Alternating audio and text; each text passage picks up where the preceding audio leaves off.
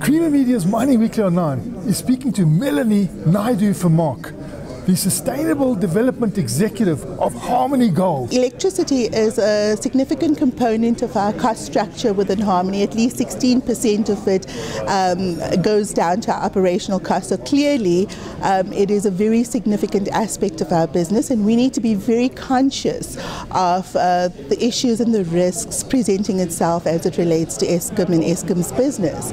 I think from an electricity perspective, Harmony has been very proactive in the past.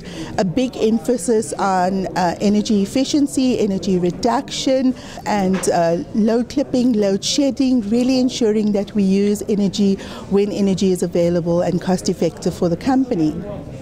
Coupled to that, of course, we need to start looking at our energy mix, both from an environmental perspective and a cost management perspective. And to that end, we've been for the last 2 years working on procuring a sizable solar project for Welkom specifically.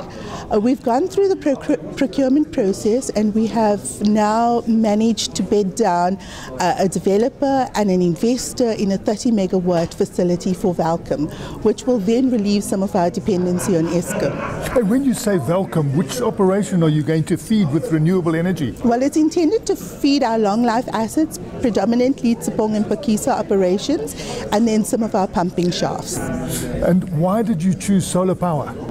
I think solar power is firstly a renewable energy, and it's one of the imperatives we want to drive as a company from a climate change perspective, from a responsibility and a stewardship perspective, but certainly from a cost perspective, it does significantly compare well to what we're receiving for Eskom prices. And what about this biofuel aspect and the growing of crops? Does that have any possibility? We actually started this as a pioneer initiative for Harmony, really looking at the energy mix and linking it to our rehabilitation program. I think with the national imperative being looking at industrialization and alternative industries, we thought that the green energy industry could present itself as the end-of-life post-mining alternative, and we've paired it to our rehabilitation initiative. I think what we've been able to demonstrate is that there certainly is merit in converting mine-impacted land to energy cropland, and I think that we've successfully done. Getting the technology in place to translate that biocrop into energy has been a little more challenging, and I think it's simply because South Africa does not have sufficient capability, and so we've been looking afield for expertise to support us. We're very close to cracking this one, and once we do that and finesse this pilot initiative, then we'll look at opportunities for extending it.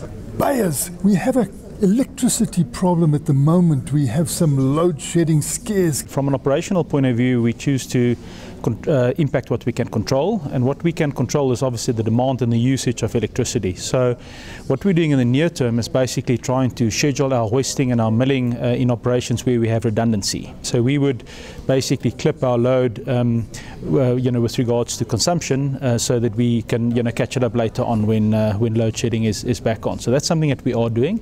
From a technology point of view, we also spend quite a lot of capital on getting instruments and technologies in place that would help us to deliver mine services on demand from a ventilation, refrigeration, water point of view, so that one can, refrigeration for example, that one can basically make sure that those services are rendered on demand and not necessarily 24/7 the way they would have been in old mine designs.